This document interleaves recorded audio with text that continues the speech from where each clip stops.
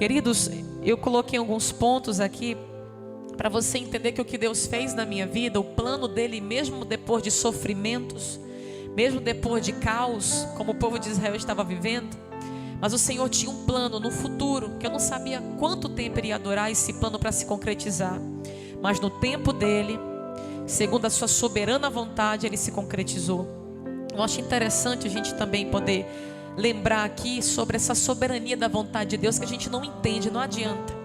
Lá em Isaías, no capítulo 55, o Senhor mesmo vai declarar através do profeta: os meus caminhos e os meus pensamentos são muito mais altos do que os vossos pensamentos.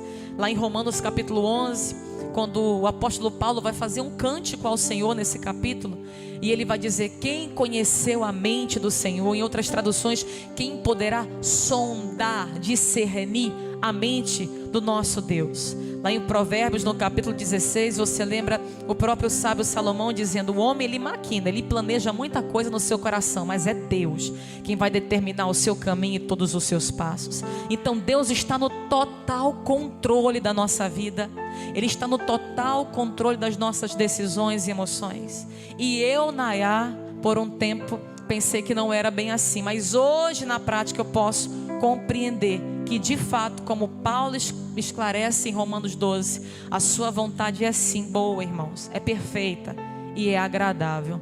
A vontade soberana de Deus é melhor do que a minha e a sua vontade, e o tempo de Deus também é melhor do que o teu tempo e a tua ansiedade. Vamos aprender a descansar no Senhor. É isso que Deus tem me ensinado nesse tempo. Então, de forma sucinta, coloquei só alguns pontos, mas de forma sucinta, para você entender. Eu tive o Israel em 2009, e depois dele eu te confesso que eu não queria, não pensava em ter filhos. Mas passaram-se os anos, e eu fui fazer faculdade. Depois que eu terminei, agora vamos tentar ter um filho, como se eu governasse a minha vontade, né? E aí em 2015 foi quando eu sofri a primeira perca. Aí em 2016 eu sofri a segunda perca. 2017 a terceira perca. 2018 a quarta perca. 2019 eu não engravidei. 2020, ano passado, ano retrasado, a quinta perca. Só que em todas essas percas, algo que o Senhor tirou de mim, mas Ele substituiu e colocou algo dele. O Senhor me ensinou e amadureceu muitas coisas na minha trajetória de fé com Ele. E eu já falei sobre isso aqui, não vou falar mais do que Deus fez através na questão da minha filha, da Ana. E o Senhor começou a levantar de 2017, 2018 para cá, muitos profetas e irmãos. Nayá, eu sonhei contigo tendo uma menina. Nayá, eu sonhei contigo tendo uma filha. Sonhei contigo grávida. E eu ficava na minha mente: ô Jesus, não me ilude não, Jesus, não me ilude não. Mas eu ficava ali ouvindo, mas eu guardava no meu coração. Talvez muitas pessoas que estão de fora não entendem o coração de esperança que uma mãe tem. Porque era para mim ter desistido, né? 5 percas seguidas. Mas eu não sei te explicar, havia um pouquinho de esperança, como o Senhor disse através de Jeremias: eu que vou dar essa esperança, é Deus que dá. Porque se for depender de circunstâncias favoráveis, nem sempre elas serão positivas para nós. Mas o Senhor é que implanta uma sementinha de esperança. Eu ouvi muitas palavras, irmãs, que poderiam me colocar aprisionada dentro de um cativeiro como o povo de Israel. Mas o Senhor foi levantando pessoas, como levantou Jeremias para o seu povo, para renovar a esperança e dizer: calma, tem um futuro. Não se apega no hoje, não se apega na dor e no sofrimento de agora, Nayá, se apega na manhã. E quando eu pensava em desistir, ele levantava alguém, levantava um profeta, uma cidade que eu ia pregar, que nem me conhecia, e falava: tu vai ter uma menina, eu te vejo grávida. E assim o Senhor foi alimentando essa esperança no meu coração. De forma bem sintetizada, em 2020, no começo da pandemia, foi 2020, né? Foi no início, né? 2020, nós fizemos um acampamento. Não sei quem da congregação participou do Equibalo. Tem alguém daqui que estava lá? Kelsa, é testemunha do que eu vou falar. Tinha alguns jovens lá. Nessa manhã o Senhor, na noite, aliás, no sábado, Deus usou o pastor Giovanni, aquele que ministrou aqui. Teve até uns batismos com o Espírito Santo aqui de Araguaína. E ele começou a ser usado pelo Senhor e dizer assim: olha, ele não sabia da minha vida, eu não conhecia o pastor Giovanni, meu esposo conhecia, mas eu não. Ele não sabia da minha história, mas o Senhor usou ele, levantou e ele disse assim: eu não sei qual é o desejo do teu coração sobre outro filho, mas o Senhor manda te dizer que o Senhor vai te dar uma filha, porque esse é o desejo do teu coração. Tem uma menina e o Senhor vai te dar, e ela vai ser usada nas mãos do Senhor nessa terra. E ele ainda disse assim, e vai ser uma confirmação do ministério do Clebson. Eu não entendi, eu esqueci a profecia. Com 2 meses depois, pandemia, né, meu irmão? Só dentro de casa, engravidei. Em 2020. Quando eu engravidei, eu fiquei com uma fé tão grande, irmãos, como nunca. Uma esperança que eu me agarrei tão grande, agora vai. Passou um mês, aquele medo, ai meu Deus, não vai. Agora passou um mês, vencemos. 2 meses, 3, nunca tinha ido tão longe. 4 meses de gestação. Então eu tive, não lembro se eu cheguei a ter um sangramento, sei que de repente eu fui fazer uma ultrassom de rotina e o doutor disse, não tem mais batimento cardíaco. O irmão saiu de lá desolada, segurando o choro para não mostrar fraqueza para ninguém. Mas quando entrei no carro comecei a chorar, Senhor, tu não disseste, Senhor, que tu ia me dar de novo, Senhor, de novo. O Senhor falou na frente de tanta gente, eu acreditei. Também não acredito mais em profeta. A rebeldia quis entrar. Não acredito mais no negócio desses profetas, não. Tadinho do irmão Giovanni. E aí, não foi só ele, entre outros, né? Passou o tempo, perdi, mas nessa perca algo diferente aconteceu. Porque quando ele falou que não tinha mais batimento, veio aí uma fé do Clebson Bandeira na minha vida. E já era de tarde, eu falei, eu vou entrar para dentro do quarto, ninguém bate, ninguém me incomoda. Eu fiquei dentro do quarto e eu fiquei orando até de noite, irmãos, pedindo para Deus ressuscitar, porque eu iria fazer um ultrassom no domingo na segunda-feira de manhã. Isso foi acho que uma sexta, e na segunda eu ia fazer ultrassom. Mas naquele dia eu comecei a orar e dizer, Senhor, tu podes, a tua palavra diz, a tua palavra que diz, se creres verás a glória de Deus, ainda que esteja morto viverá. E eu sozinha ali com o rosto no pó, orando, que eu dormi. No que eu dormi eu tive um sonho. E nesse sonho, irmãos, eu entendo que foi uma direção de Deus, que desde esse dia, eu falo disso, eu não sinto mais dor. Eu não sinto mais sentimento de cobrança, porque eu tive sentimento para com Deus, não vou mentir para os irmãos. Mas nesse dia que eu tive um sonho, que eu comecei a orar, eu sonhei que eu estava numa mansão muito bonita, muito linda, e tinha um jardineiro, tipo aquelas governantas que cuidam das mansões dos ricão aí. E aí esse homem era tipo um responsável por esse lugar. O jardim, irmão, era coisa linda.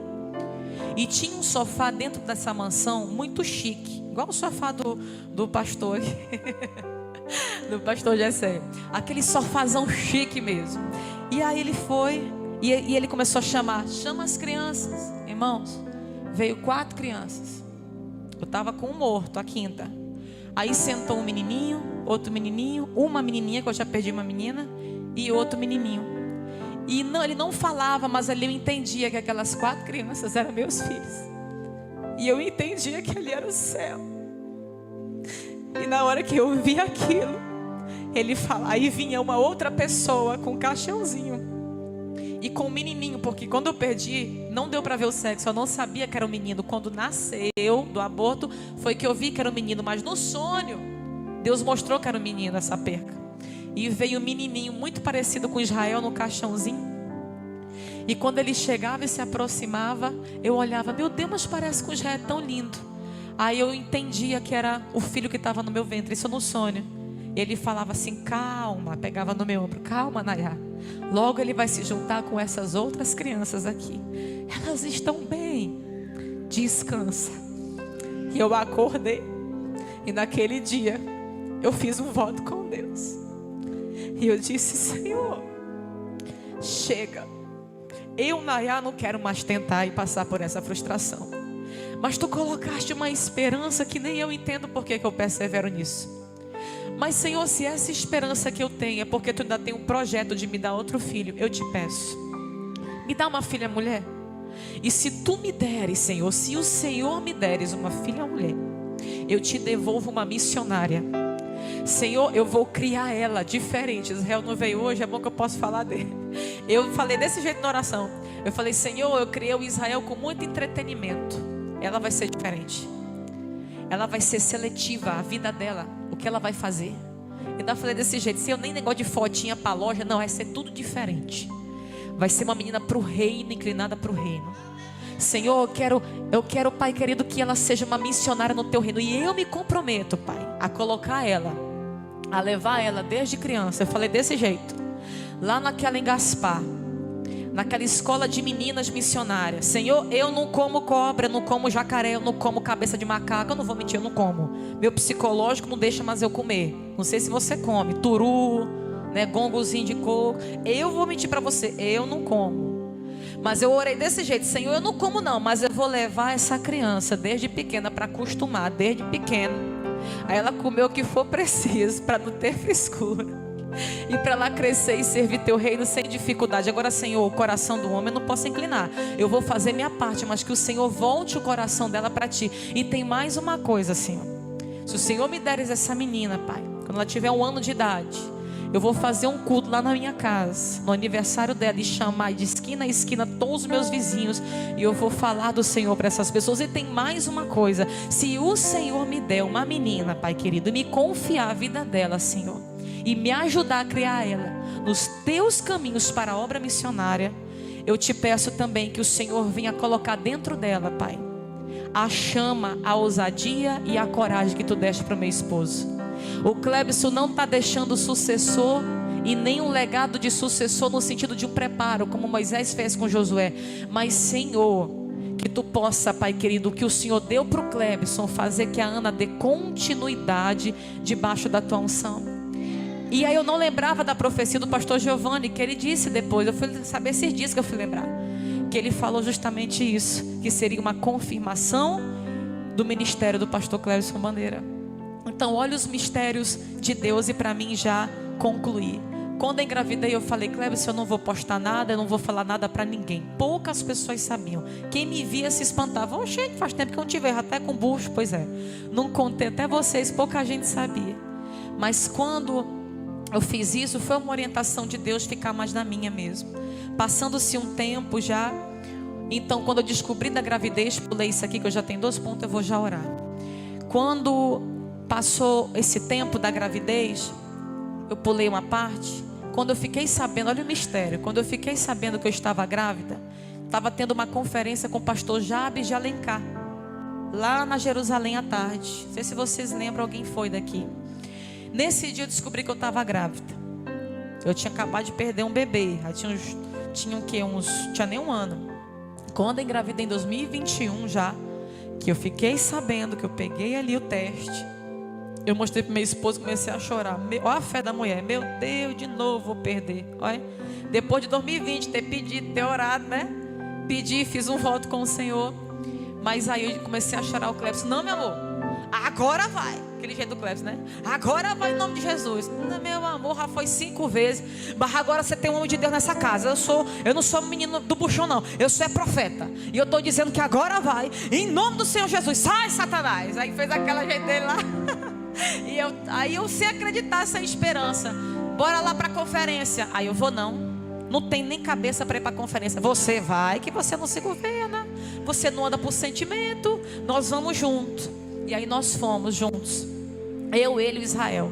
Eu fui toda de chinela, desarrumada, estava sem vontade de ir. Eu estava desolada, irmão, pensando que ia perder de novo. Quando eu sento na cadeira, passa uns 20 minutos, o Clebson sobe na escada, que eu fiquei na galeria, e faz assim para mim, ó. Eu já fui zangada. Mulher sabe, né, quando briga com o marido. E eu já fui zangada. Ai, meu Deus, o Clebson vai me chamar para ficar lá na frente, eu estou toda desarrumada.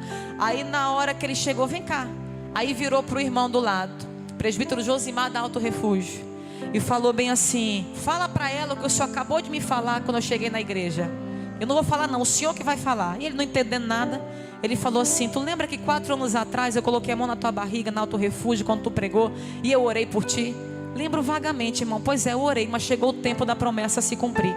O Senhor vai te dar uma menina, ela vai ser uma missionária na obra de Deus. E dessa vez, assim te diz o Senhor, vai segurar. Eu já vejo ela formada para a honra e glória de Deus. Não tema, que o Senhor já te deu. Eu já vejo ela perfeita nos teus braços, assim diz o Senhor. Aí de novo, a mulher incrédula: meu Deus, não me ilude não, Jesus, não me ilude não. Eu comecei a chorar, irmão, não prestei nem atenção no que o pastor Jabes pregou. Eu chorei a mensagem todinha, mas aqui orando: Senhor, faz isso mesmo, Senhor. Senhor, não me deixa ser iludida de novo, Senhor, faz isso. E foi quando eu decidi esconder a gravidez. Passou os meses, eu vou no 8º mês, na minha penúltima consulta, a médica diz: Nayá, nós vamos ter que tirar com 37 semanas. Tem uns médicos que conhecem a tua situação, e o Senhor diz, aliás, Senhor não, ó, disse assim: já tem que tirar, é melhor tirar logo, já teve muita perca, é bom a gente tirar. Aí me angustiou, que eu queria ter normal, não sabia nem se eu podia, mas eu preferiria pela recuperação. E naquele momento, irmãos, eu fiquei angustiada. Aí eu lembrei de uma profecia de 2 meses antes, da pregadora Mariana, que eu já trouxe aqui, que é usada pelo Senhor, e disse assim: Nayá, assim te diz o Senhor, 2 meses antes disso, eu não estava lembrando. Deus orientando em tudo, irmão, em tudo, regendo em tudo. E aí falou assim: o Senhor manda te dizer que essa criança vai nascer antes das 40 semanas. Não é para tu temer, confia, porque Deus vai te dar um livramento. É um livramento que o Senhor está trazendo na tua vida e dessa criança. E eu não lembrava, aí comecei a me angustiar. E o Cleves: não, vamos orar para virar. Mas a menina não virou. Mas nós vamos orar, meu amor, mas tem a vontade dele, meu amor. A menina não vira mais não, a doutora falou, que já está com esse tanto de quilo, está desse jeito. Meu outro ainda é bicorno, ainda tem isso.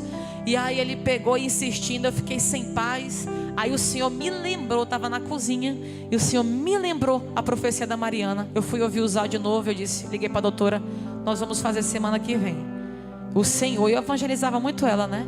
Eu e o Cleves. Aí eu falei: o Senhor disse, lembra que eu lhe falei? Eu não lembrava, mas o Senhor disse que é antes, então vamos ter antes.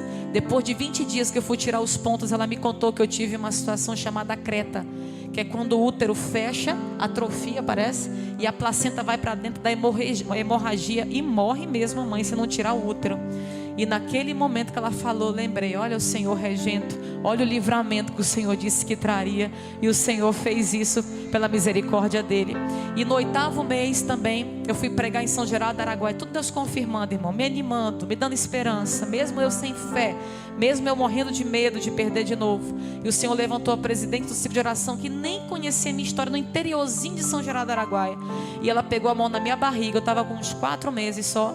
E acho que eram uns 4, 5, 6 meses, que 6 meses. Ela virou e falou assim: assim te diz o Senhor, irmã missionária Nayá, tu vai ter o prazer de cuidar. O Senhor te diz que tu vai ter o prazer de trocar. O Senhor diz que tu vai ter o prazer de criar. O Senhor disse que para tu não temer, porque Ele vai te dar essa criança. Ela só esqueceu de falar que eu também nem ia dormir de madrugada, irmão, que tem 2 meses que eu não durmo, mas glória a Deus, não vou reclamar de nada não. O fato é, quando o Senhor fez tudo isso que eu falei para vocês, que eu estou resumindo, o resumo dos resumos aqui, foi quando aconteceu o mais extraordinário, que é o último ponto. Aquele profeta que eu vi na Jerusalém, quando eu descobri que estava grávida, eu só vi ele 3 vezes. Nesse dia, no último período que eu já ia tirar a nenê, lá naquela reunião de pastores no Tempo Central, a última reunião, quando eu vi, eu me arrepiei todinha, que eu só vi ele no começo e no final. Aí ele veio com aquele jeito dele, que ele dá assim, medo, assim, quando ele é bem assim, sério, né? Aí ele chegou assim, pegou na minha mão: lembra de mim? Lembro, como é que eu não vou lembrar? Pois o Senhor disse, né? E vai nascer. Aí eu, em nome do Senhor Jesus, mas ainda estava com medo. Em nome do Senhor Jesus, já estava no 8º mês. Aí nasceu a Ana. Aí quando nasceu a Ana, depois de 28 dias, ela teve uma infecção, uma sepsis tardia. Pouca gente sabe disso. Eu fiquei mais ou menos uns, acho que 14 dias, eu acho, no hospital, 13 dias no hospital, internada, com ela sendo medicada por antibiótico. E na hora que a gente estava lá, um dia antes de eu sair, quem que aparece no hospital, irmão? O profeta. Chegou lá e falou assim: irmã Nayá, quando eu abri a porta, eu estava sozinha nesse dia. Quando eu abri a porta, meu Deus, o que é que o senhor veio fazer aqui? Pelo amor de Deus, eu tô com medo. Aí ele chegou assim: eita, irmã Nayá, deixa eu ver a benção. Eita, mas esse Deus é fiel, né? Esse Deus é fiel. Eu peguei, Ele é fiel. Ele é fiel mesmo quando a gente duvida, mas Ele permanece fiel. E ali ele sentou no sofazinho: eu só vim te dar um recado. Quando tu sair daqui, porque amanhã tu vai receber alta. E eu recebi alta no outro dia. Tu vai para tua casa e tu vai marcar um sábado, porque eu viajo a semana inteira, e tu vai reunir os teus filhos, a tua sogra, o teu marido, mais ninguém. na tua casa, porque o Senhor tem um recado para entregar. Isso que eu vou falar, só vou falar aqui, não vou falar isso aqui mais para ninguém. E ele falou assim: eu vou trazer um recado do Senhor sobre a vida do Israel e sobre a vida da Ana.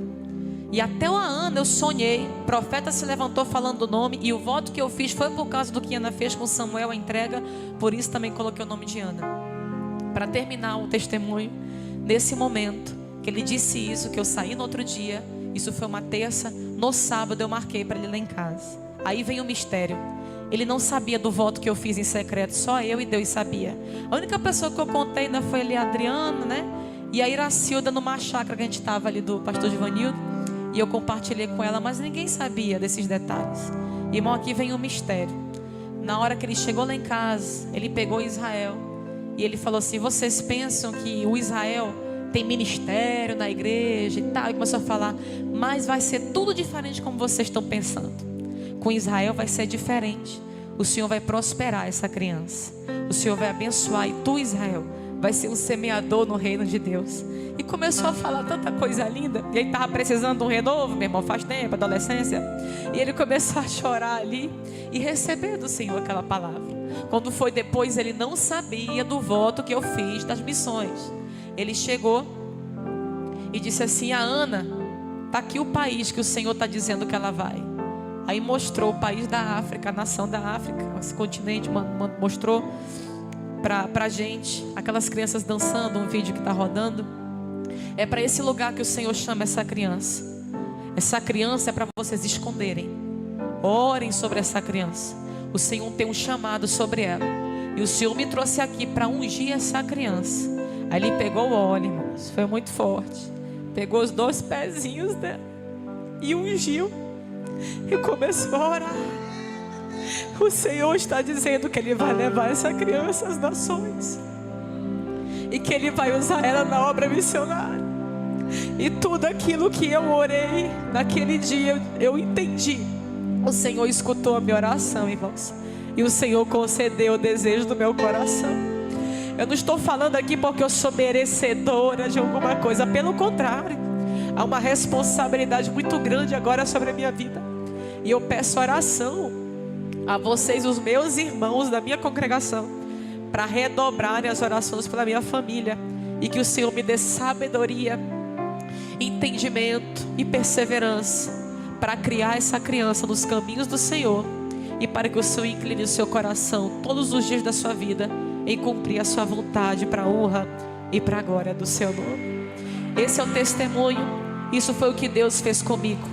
Porque lá em Jeremias, no capítulo 29, no versículo 11, ele diz: sou eu que conheço os planos que eu tenho para vocês, diz o Senhor, planos de fazê-los prosperar e não de causar dano, plano de dar a vocês esperança e um futuro.